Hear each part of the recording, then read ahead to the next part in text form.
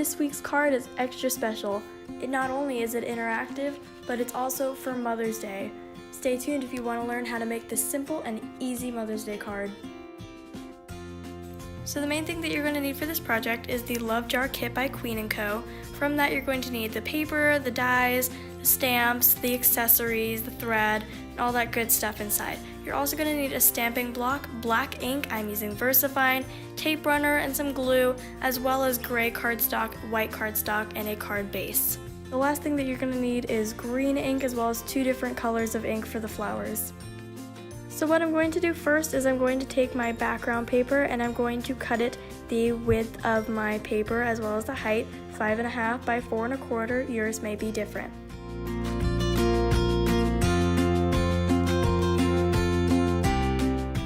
So to get the measurements of the white cardstock so that you have a border is I'm going to take a 1/4 inch off of every side. So that means a 1/2 inch off the width as well as the 1/2 inch off the height. So I'm going to be cutting it 5 inches by 3 3/4 inches.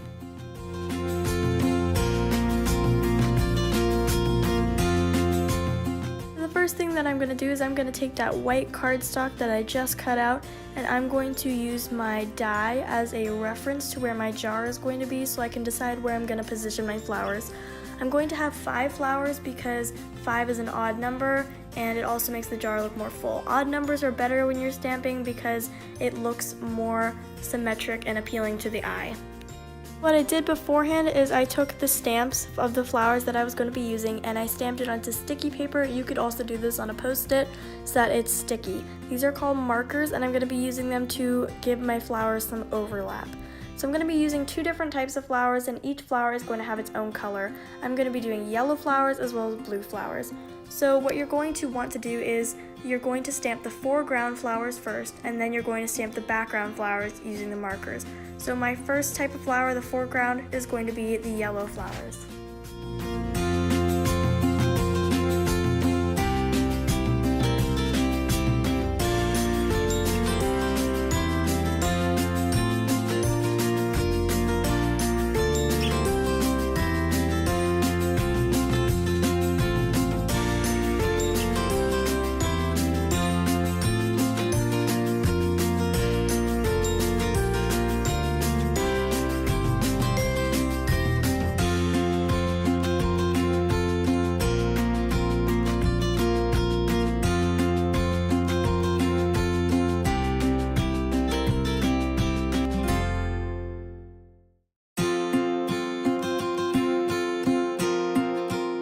I'm ready to start my background flowers. I'm going to take the flower sticky that matches the flower that I stamped already and I'm just going to put it on top of it. Then when I stamp it, I'm going to stamp the flower partially on top of it so that it gets caught on the marker and not on the actual flower. So then when you take the marker off, it looks like the blue flower is behind the yellow flower. I'm just going to repeat this process for my 5th flower.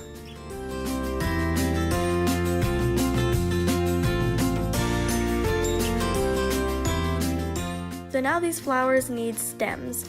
I'm going to be using 3 different types of stems to give them kind of a variety. I'm going to be using a regular stem, a stem with leaves, and a stem that has 2 together.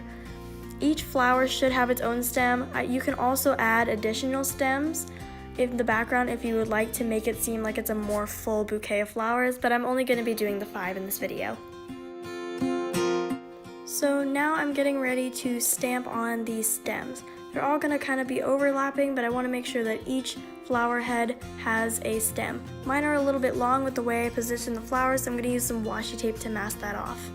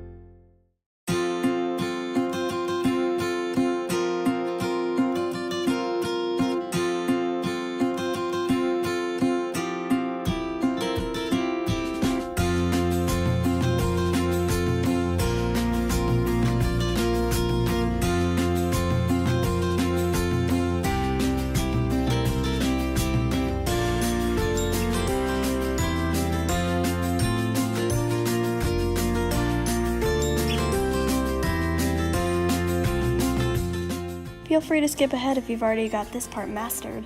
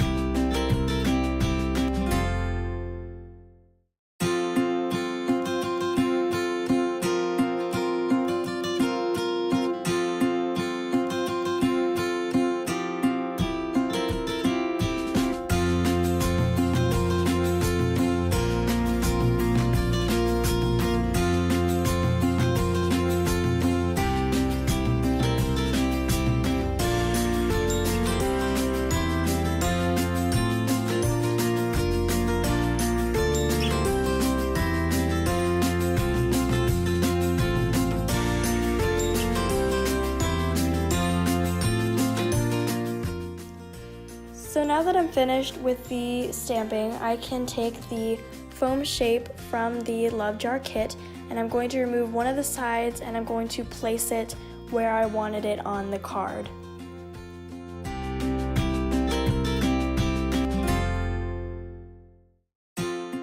So right now, some of you might be thinking it's time for the acetone shape that came in the kit, but it's not.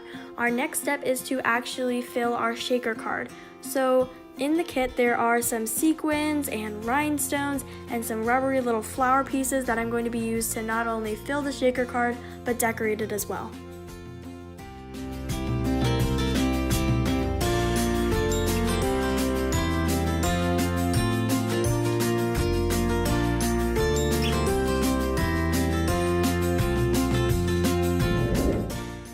So now I'm going to just take a pinch of this, a pinch of that, and fill up my shaker card. To go with the theme of my card, I'm using a color scheme of green. I'm going to be using the green plastic pieces, the blue, and the white. If you wanted to do the same color scheme as me, you are welcome to use those colors. Of course, you could always interchange them for any color scheme that you wanted. I'm also going to use just a couple of sequins, a couple of white and green, to put them in there. Not too many because they're really big, but just a few.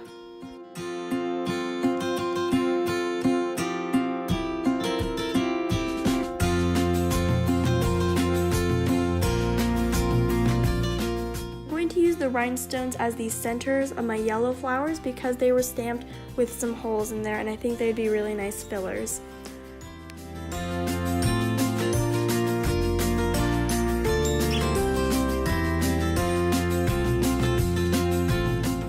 I'm also going to be using the sequin flowers, and I'm going to put some of them in between the flowers. The leftmost flower is looking a little bit light, so I'm just going to add another flower to kind of cover that up, and then I'm going to put another one on the edge. I'm using purple. It kind of goes with the color scheme as well. You can use any color that you want. I'm going to be using my glue, and I'm just going to lightly glue those down.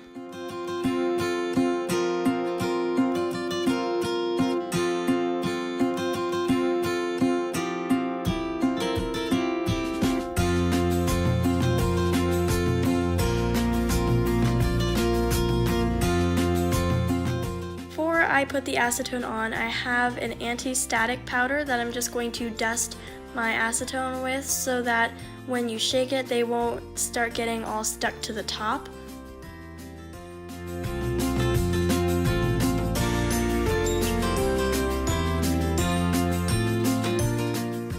Now I'm just going to carefully place the acetone on top of the jar, making sure it's lined up very well.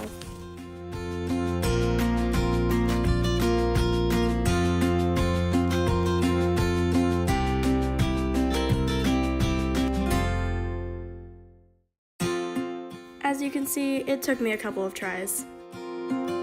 So I went ahead and used the die to die cut the edge of the jar. It'll be the nice border. I chose rainbow print. So now I'm going to just use my tape roller to tape down the paper from the background.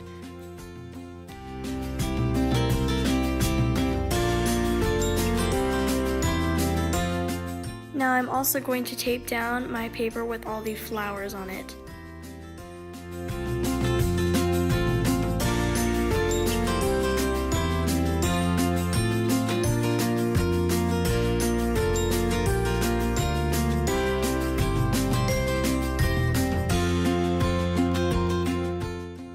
Next, I'm going to use my glue pen again, and I'm going to glue down the border of the jar.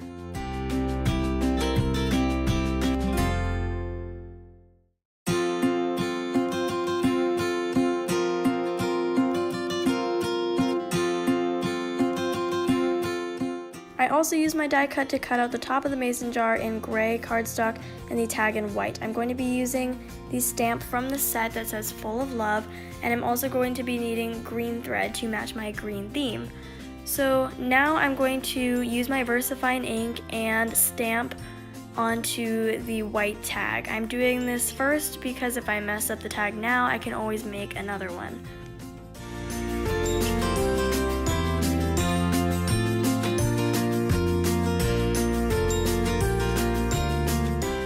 I'm going to position my mason jar lid, and I'm going to use my glue pen to glue that on.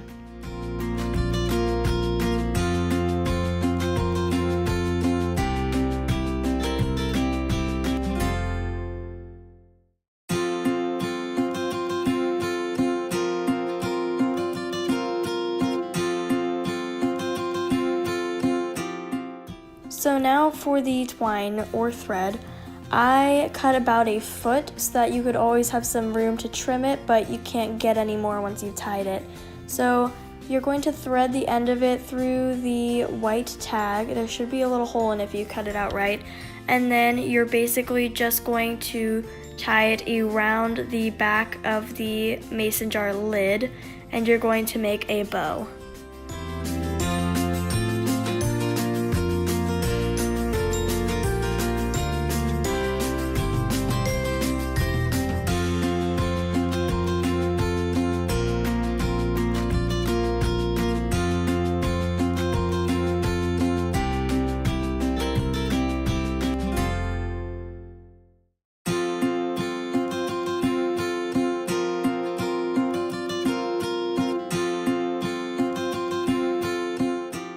I am not very good at tying bows, so I shall spare you from having to watch me fail at tying it again and again, and instead we can just skip to when I've already done it.